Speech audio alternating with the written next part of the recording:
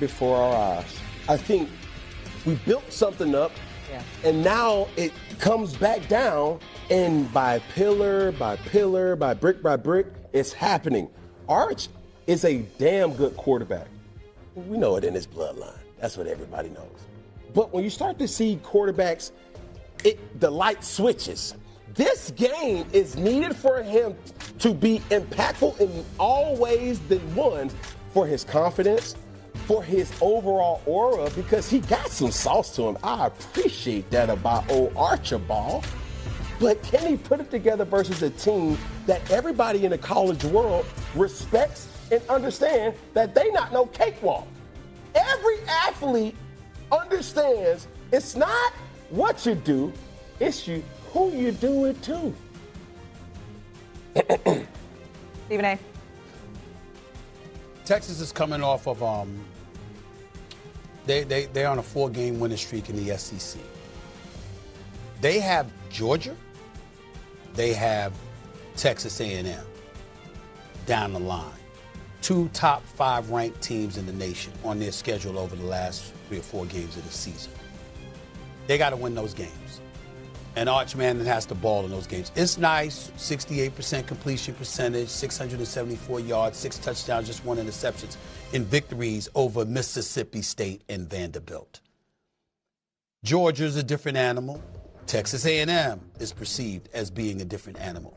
And then there's another thing to take into consideration. You got the 2 losses. You lost as opener to Ohio State. You lost to Florida. We get that. Florida's a bad loss, considering what transpired with them this year. But the other thing that we have to point to is this. Alabama missed the playoffs last year. You're looking at them because they were a 3-loss team. And you can't. It's going to be hard because you defer to a conference champion instead of putting Alabama in there last year, if I remember correctly.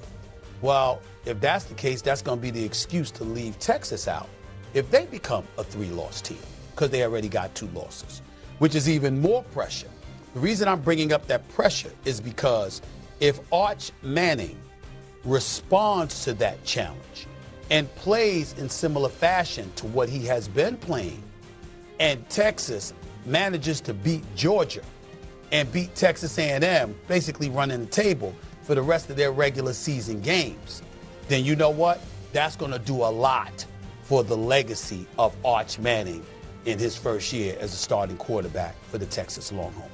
Man, it's going to to come down to those 2 games. Man, I keep receipts. Right. Man, oh man, I keep receipts. I remember a couple of weeks ago I said on this show, I would prefer a 3-loss SEC team to be in a college football playoffs than another conference. And I'm looking at it. We're seeing it happen right now. More SEC teams. There's 6 teams right now. It's not going to happen. That's my point. It's not going to happen. It don't matter. But when you start to see teams like Notre Dame.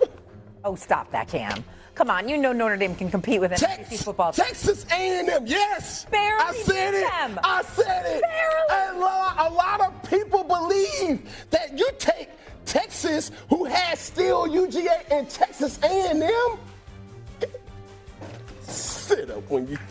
Yeah, nonsense. Look at this bracket. Bro, listen, I'm telling you, Point. You have to understand the truth and the fact that you know what it's like to play in the SEC.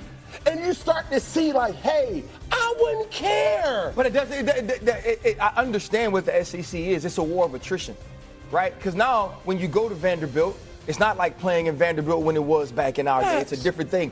You got to go to Tennessee, Georgia, Ole Miss, all of those teams. You can't get 6 teams in. And what we can't ignore is that last year, the SEC wasn't the dominant conference when it came to the college football. That's right. Tennessee went to Ohio State and got stumped out. We've watched Michigan win a national championship in the last 3 years. We saw Ohio State win a championship last year. We watched Notre Dame in the Sugar Bowl and in New Orleans beat Georgia and Kirby Smart. And so we can't just keep saying that this SEC bias must stand. If it is a 3-loss team and we're looking at a 2-loss team somewhere else, or we're looking at a 1-loss team somewhere else, we have to look at their resume and say, okay, maybe this team does deserve to be in. Because we watched a Tennessee team go on the road to Ohio State and let the entire South down with the way they showed up. And so it's not about the conference, in my opinion, as much as it's about the individual accomplishments, accolades, and where the team is that we're talking about specifically.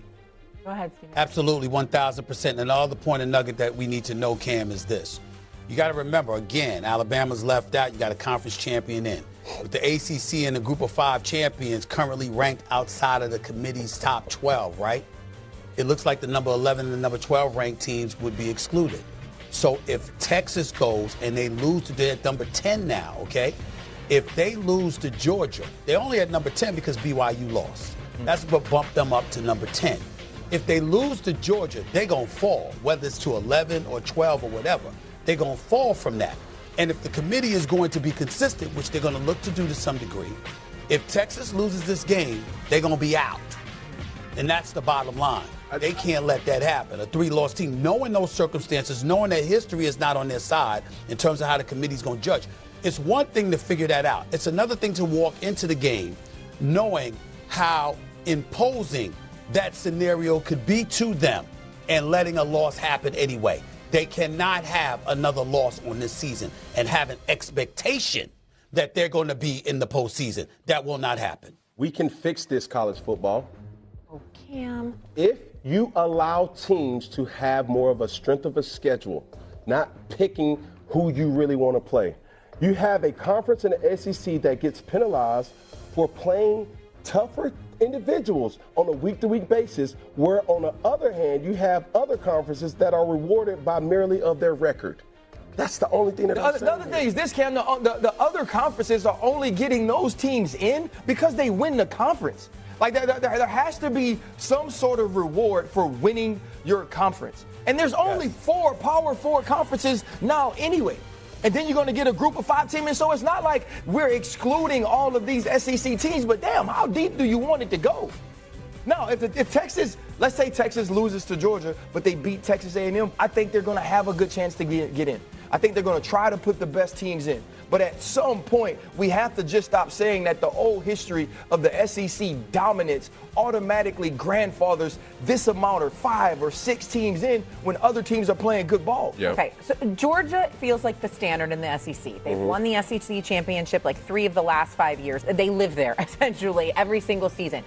Texas, I don't think they're going to get into the college football playoff with 3 losses. However, if they beat Georgia this weekend and they look good doing it, now do we put Arch Manning back into the Heisman conversation? No. But No. That's too much. I must say too this. much because there's been too many so-so games. He's looked good over the last 2 weeks. Too many so-so games. Hell no. You do not do that. Not the way Todd Simpson has looked in Alabama. Yeah. With a couple others as well. Julian Saying Ohio State, Fernando Mendoza, and what he did against Penn State late in that game, and what they've done the entire season on undefeated football teams. Absolutely not. And I think it would be a disservice to Arch Manning. And the one thing I do want to say about him and their family, none of the things that were heaped on him before the season